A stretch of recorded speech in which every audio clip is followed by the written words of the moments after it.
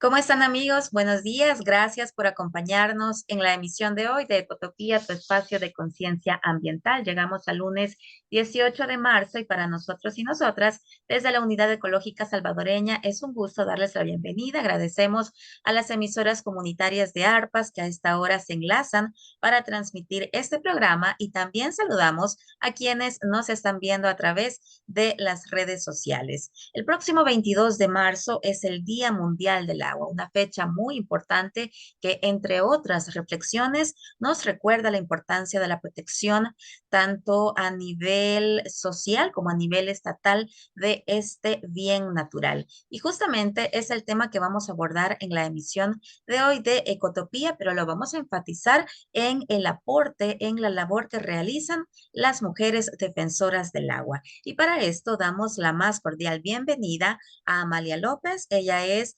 ecofeminista, defensora de derechos humanos y también integrante de la Alianza Nacional contra la Privatización del Agua. ¿Cómo está Amalia? Buenos días, bienvenida.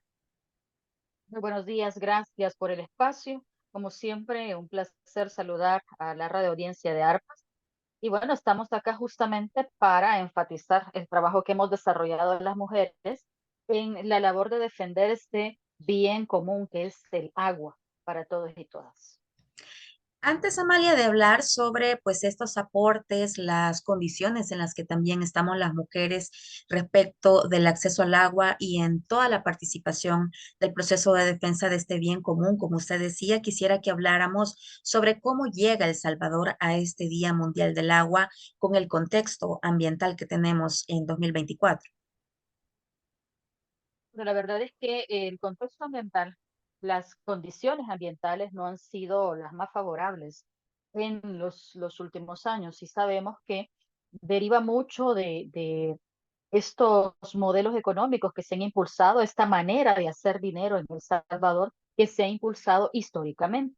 Siempre son los poderes estatales los poderes políticos, los que están en favor de los grandes capitales en El Salvador. Esto no es un secreto para nadie y no es la excepción lo que está sucediendo con la administración actual. Por esto vemos, por ejemplo, que se ha dado autorizaciones a diestra y siniestra para construcciones de nuevas residenciales y otros proyectos, porque cuando entra al poder Nayib Bukele en 2019, una de las solicitudes que hace en su segundo discurso es que el ministro de Medio Ambiente le dé viaje a todos los permisos que estaban retenidos en Ministerio de Medio Ambiente y les sugiere además que las otras instancias quiten estos procesos burocráticos. Al final, lo que se ha generado es una serie de permisos sin que hayan estudios de impacto ambiental y sin que se le informe a la población, sin que haya en la población esta posibilidad de opinar de forma libre e informada respecto de aquellos proyectos que podrían estarle afectando la vida y que al final, si se daña el ecosistema, también están afectando su acceso al agua, un derecho humano que deberíamos tener garantizado en la Constitución, pero que de igual manera la asamblea que entra en 2021 y que termina justamente su mandato, su ejercicio, hoy en 2023, ha ignorado, porque las organizaciones sociales tuvimos la capacidad de llevar esta discusión nuevamente, esta es la tercera vez que ocurre. Nuevamente al Parlamento se obtiene esta decisión del Parlamento anterior de hacer esta modificación, esta reforma o esta enmienda a la Constitución, incluyendo el derecho humano al agua, al saneamiento y a la alimentación, que son derechos fundamentales para la población, pero que no están reconocidos en la Constitución, pues se hace la reforma, pero a esta asamblea le corresponde ratificarla y simplemente han decidido ignorar esta petición del pueblo, han decidido ignorar estas necesidades del pueblo. Poner un derecho fundamental en la Constitución obliga a que todas las demás leyes secundarias y cualquier política que se genere desde las carteras de Estado estén en concordancia con lograr el objetivo de que la población disfrute progresivamente de esos derechos humanos. Esa es la importancia. Entonces, lo que nos encuentra ahora en 2024 en relación con el agua es una crisis grande. Venimos ahora de los extremos climáticos, que ya sabemos que los extremos climáticos dependen de esto que denominamos cambio climático, pero estos extremos climáticos se ven agravados porque la política pública no es capaz de proteger a la población y menos de proteger los ecosistemas para garantizarle vida digna a la población en los territorios. Amalia, y justamente en este contexto que usted ya explicaba, tenemos desde 2022 una Ley General de Recursos Hídricos, que si bien, digamos, el derecho al agua y a la alimentación no están ratificados en la Constitución de la República y por ende no se pueden, como usted decía, implementar o regular este derecho en otras leyes secundarias, tenemos esta ley que marcó pues un hito, un antes y un después por lo menos en el área de regulación estatal. ¿Qué evaluación se está haciendo con respecto a la aplicación de esta normativa desde la alianza? No es la ley que hubiéramos querido en principio. Y creo que lo teníamos claro desde el momento en que estuvimos por 15 años en esta discusión. Fueron 5 legislaturas con las que estuvimos constantemente haciendo la incidencia, generando la discusión, llevando elementos, porque hay que decir que la propuesta de ley no fue una sola, sino que han sido varias versiones de esa propuesta de ley desde 2004 que las organizaciones de sociedad civil hemos llevado al Parlamento. Hay que aclarar que las organizaciones de sociedad civil no estamos obligadas, la población no está obligada a hacer leyes. Quienes deben hacer las leyes son los legisladores, pero a falta del conocimiento técnico y científico para que se elaborara ese proyecto de ley, fueron las organizaciones sociales desde 2004, luego en 2006, luego en 2009 y bueno, hasta la más reciente que fue en 2022, estuvimos generando estudios diversos para actualizar la propuesta y estuvimos proponiendo. Al final, este gobierno, y bueno, desde que era candidato, el actual presidente, tomó esta bandera del agua más bien de una manera proselitista, porque no han dejado de hacer campaña desde que empezó su gobierno. Y hacen una pantomima, y nosotros lo sabíamos, eh, haciendo una discusión, entre comillas, plural, en donde invitaron a muchos sectores, inclusive invitaron a sectores como las juntas de agua para insultarles, porque eso fue lo que hicieron. Invitaron pueblos indígenas y entre ellos también estuvimos las organizaciones sociales. Cuando terminó la discusión en conjunto, las organizaciones sociales, la academia y otros sectores, nos sumamos y mandamos un pliego en donde hacíamos los señalamientos, todas las correcciones que el proyecto que los diputados tenían en manos tenían que incluir.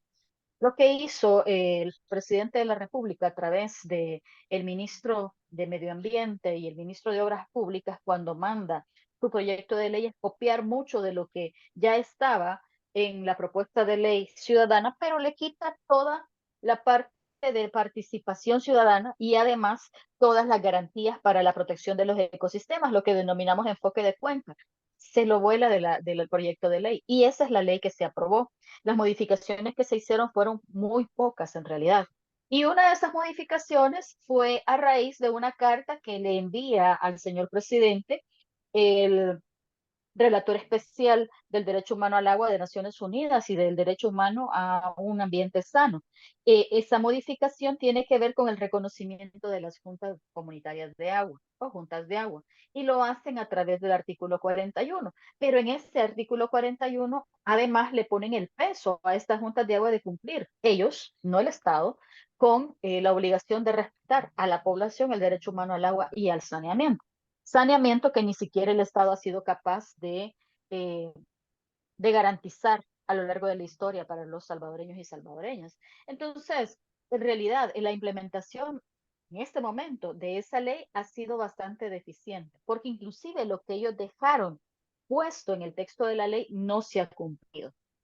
Por ejemplo, tengo a la vista la página de la ASA y cualquiera creo que la puede consultar si se va vía web a verificar cuántos permisos están solicitados por parte de las juntas de agua. Recordemos que hay un censo de juntas de agua, un catastro que hace ANDA en 2015 2015, que deja ver que son 2.325 sistemas de agua potable y saneamiento rurales y urbanos que no son administrados por ANDA.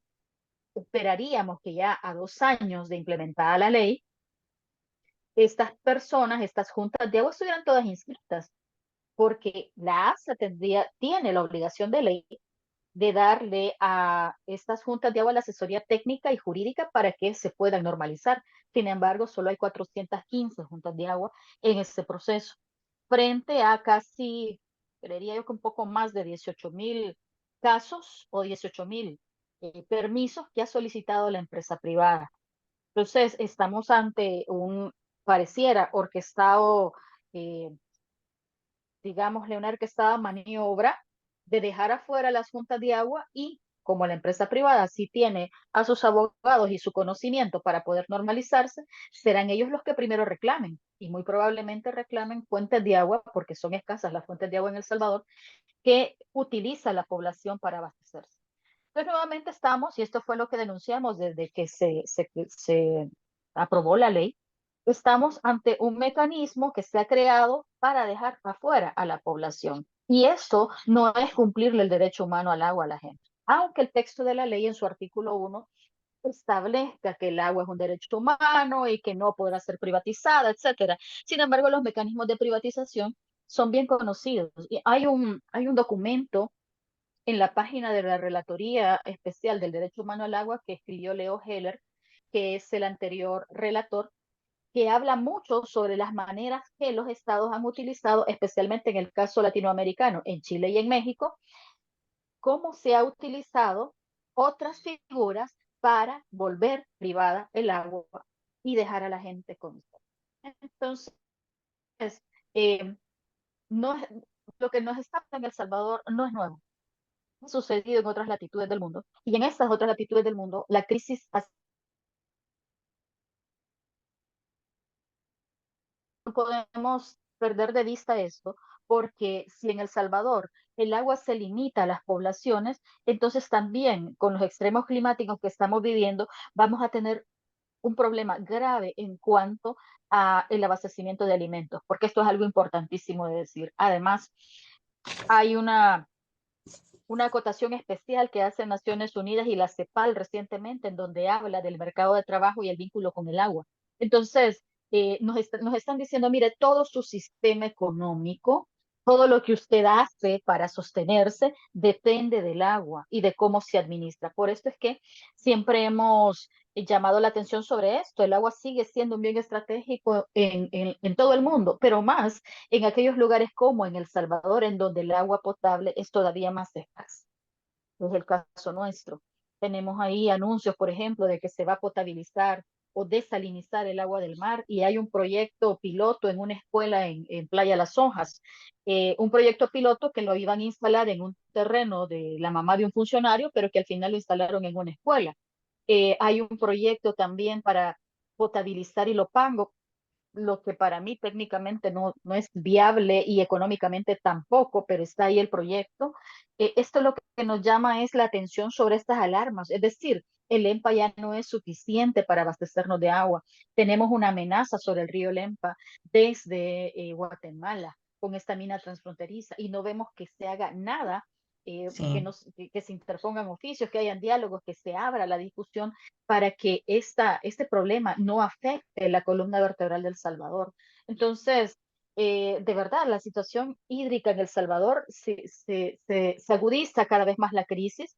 Y cuando se agudiza la crisis, quienes padecen esa crisis debido a que la legislación no está diseñada para favorecerle es la gente que vive en los grandes sectores, en las zonas populosas, las grandes mayorías. Entonces, si no ponemos atención sobre cómo se administra el agua, quién la tiene, quién tiene el acceso al agua y quién es el privilegiado en utilizar el agua, lo que vamos a tener en breve son todavía poblaciones en San Salvador, por ejemplo, que son las zonas más populosas, poblaciones con más sed, Ujú. con menos días de servicio de agua, con más contaminación en el agua que le mandan, probablemente eh, efecto de epidemias, porque el agua también está relacionado a la buena salud de la población. y muy probablemente aquellas zonas en donde la gente toma agua cruda, es decir, sin tratamiento, tampoco tenga acceso ya a agua de medianamente buena calidad. Y los grandes sectores, los sectores turísticos que están ahora en auge, las residenciales que tendrán el carácter de privadas porque no hay de otra manera, y otros proyectos, centros comerciales, etcétera, sí van a tener el abastecimiento de agua sin restricciones porque van a ser los primeros en reclamar el uso. Amalia, y con estos escenarios que tenemos y como usted decía, agudizados además por la crisis climática, ¿qué significa ser una mujer defensora del agua? Bueno, eh, estamos pasando hambre en territorios. Esto es algo que no lo digo yo. Hay datos de la CEPAL, hay datos del PNUD que nos colocan como uno de los 18 puntos críticos de hambre en este momento en el mundo. Esto para nada es alentador, porque frente a esto, por ejemplo, de lo que se jacta el gobierno de ser el lugar más seguro de América Latina, eh, este anuncio de ser este país de orden progresista en donde eh, la moneda nacional Bitcoin ahora mismo ha subido su precio en bolsa, pero que esto no repercute en beneficios para la población, pues es complejo, ¿no? No es para nada, eh, para las mujeres sobre todo, para nada una alegría tener que enfrentar todos los días la crisis hídrica que tenemos, es decir, salir a buscar el agua porque la necesitamos para realizar las labores del cuidado y además salir con hambre, porque mucha gente en el sector rural está supliendo su desayuno a esta misma hora con un café y un pan dulce. Eso no es comer. Estamos viendo que las ingestas calóricas de la gente, sobre todo adulta y sobre todo mujeres, han disminuido. Y que la gente afirma que ha dejado de comprar algunos alimentos o está comprando de esos mismos alimentos, pero en menor calidad y menor cantidad porque no le alcanza el dinero. Y esta crisis hídrica, esta necesidad de buscar agua y de pagarla al costo que la tenga que pagar una, porque eso es así. Si el barril cuesta $2, pues hay que buscar los $2 y cuidar ese barril de agua para que dure 1 o 2 días. Y en familias numerosas, pues eso se complica más. Agrava todavía más esta condición crítica en la que estamos las salvadoreñas. Además, también tenemos que decir que en la parte de higiene es un derecho humano también. Esta higiene personal de nosotras las mujeres es complicado vivir sin agua. Sabemos perfectamente que los días en que una menstrua, que son de 3 a 5 días, necesitamos más agua y necesitamos el baño limpio. Y este es el otro punto. Muchas de nosotras no contamos ni siquiera con sistemas de saneamiento adecuados para poder dar tratamiento estos días que son complejos y tenemos hijas también, entonces para nuestras hijas también se ve complicado el asunto. Conozco de casos y fue una de las cosas que me movió sobre todo allá por 2016 a hacer defensa del derecho humano al agua. Conozco de casos muy puntuales de escuelas en donde las niñas dejan de asistir los días en que están menstruando a la escuela porque la escuela no tiene agua, porque en la escuela los padres tienen que comprar los barriles de agua para que haya educación para sus hijos e hijas. Entonces, si se prioriza el agua para los más pequeños, que son generalmente los niños menores de 7 años, estas chicas se ven en la necesidad de dejar de ir a sus clases los días en que están menstruando. Y esto les pone en una condición todavía más difícil frente a la que tampoco el sistema educativo tiene consideraciones, porque el examen es exactamente el mismo para todas y todos. Y los niños no tienen que faltar a clases para eso. Las chicas tienen un desfase cada mes, por lo menos de una semana, de faltar a clases y se les exige que rindan exactamente igual. Entonces, son las situaciones que estructuralmente no estamos viendo, pero que son afectaciones directas a la vida de las mujeres. Estas mujeres tendrán menor oportunidad para poder conseguir una mejor calidad de educación si quieren continuar sus estudios o simplemente dejan de estudiar y se dedican a hacer otras cosas. Las labores del cuidado se convierten en madres a temprana edad o se van a trabajar a sitios en donde el empleo es de muy baja calidad, un empleo no digno, un salario no digno. Entonces, yo creo que tenemos que profundizar en todas esas afectaciones que no tener agua le genera a las mujeres, porque somos las que más invierten tiempo en buscar agua. No se ha hecho todavía un nuevo estudio respecto o una nueva estadística nacional respecto de cómo se usa el tiempo entre hombres y mujeres en El Salvador, pero me atrevo a decir que no ha cambiado mucho. Las mujeres invertimos de entre 45 minutos a 2 horas y 15 minutos todos los días para ir a buscar agua para nuestras familias o para realizar labores directamente vinculadas al agua, como es lavar la ropa o lavar los platos. Entonces, pienso que con la situación actual que tenemos, en donde la sequía ha también profundizado las fuentes de agua o secado algunas fuentes de agua, esta situación se ha agudizado. Han de ser más las mujeres que están buscando agua o más las mujeres que están comprando agua de los camiones cisterna, que es el mercado negro del agua, o buscando otras alternativas para poder suplir estas labores del cuidado que hay que realizar todos los días en casa. Amalia, y en términos de riesgos, amenazas, violencias que enfrentan también las defensoras del agua, ¿qué podríamos decir? Estamos bajo régimen de excepción y el régimen de excepción creo que pone en condiciones críticas, mucho riesgo a las personas que hacemos labor de defensa de derechos humanos. No solo las defensoras del agua, pero me atrevo a decir que en mayor número las defensoras del agua estamos bajo esta misma situación.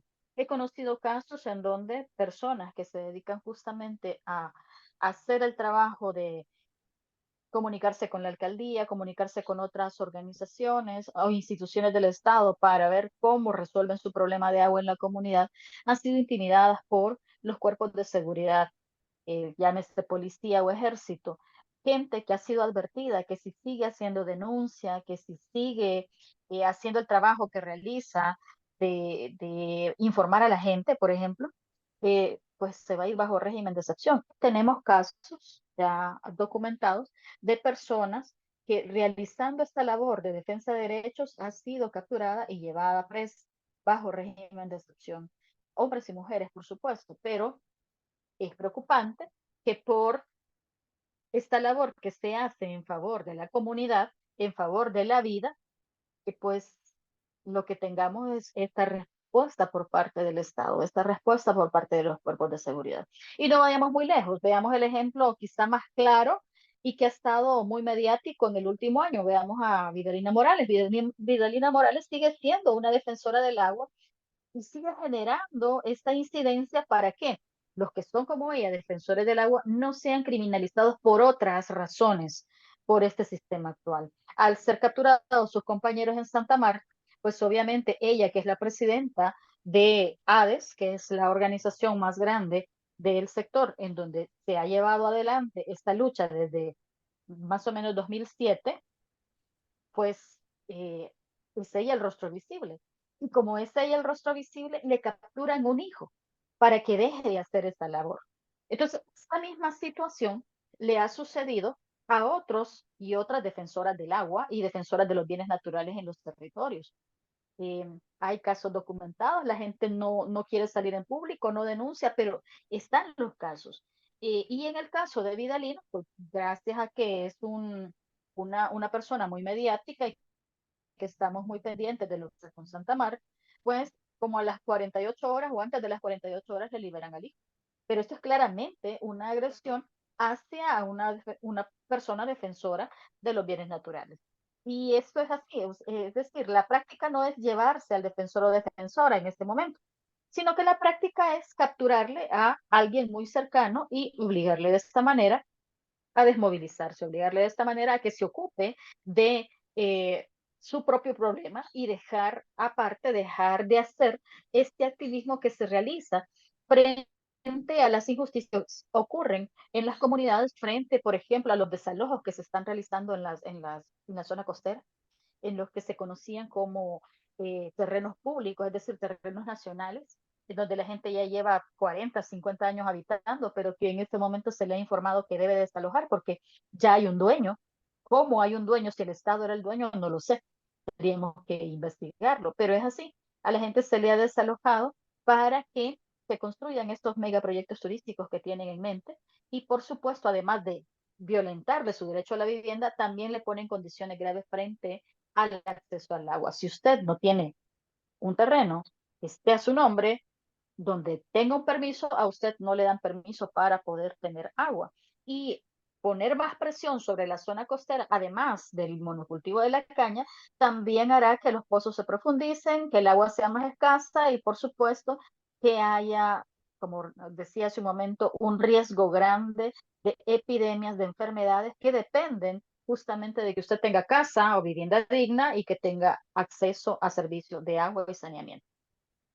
Amalia, decíamos al inicio, el próximo 22 de marzo es el Día Mundial del Agua. Estamos ya en los últimos minutos de este programa, pero quisiera que pues invitáramos a los amigos y amigas que nos están escuchando, que nos están viendo, a una reflexión respecto a esta fecha que no pase inadvertida, porque como usted ha dicho, el agua es un bien natural que necesitamos no solamente en las comunidades, sino en todo el país, pero que está seriamente amenazada. ¿Qué reflexión invitamos?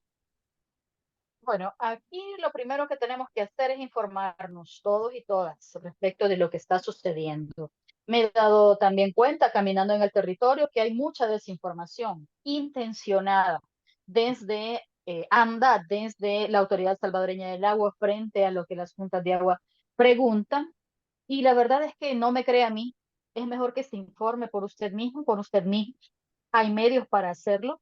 Y darnos cuenta en realidad qué tan trascendente es tener agua, tener acceso al agua en casa, tener acceso al agua en las escuelas, tener acceso al agua para las diversas labores productivas que generamos en torno de nuestras comunidades. Si cultivamos, qué tan eh, importante es tener o no un plan en el que se proteja la cuenca, en el que se protejan los ecosistemas, en que ya no se deforeste en la zona para poder tener agua en las casas. Entonces, la reflexión es sobre eso, o sea, qué tan importante es este bien natural, qué tan lógico es lo que está haciendo este gobierno frente a su promesa de un derecho, la garantía de un derecho humano al agua.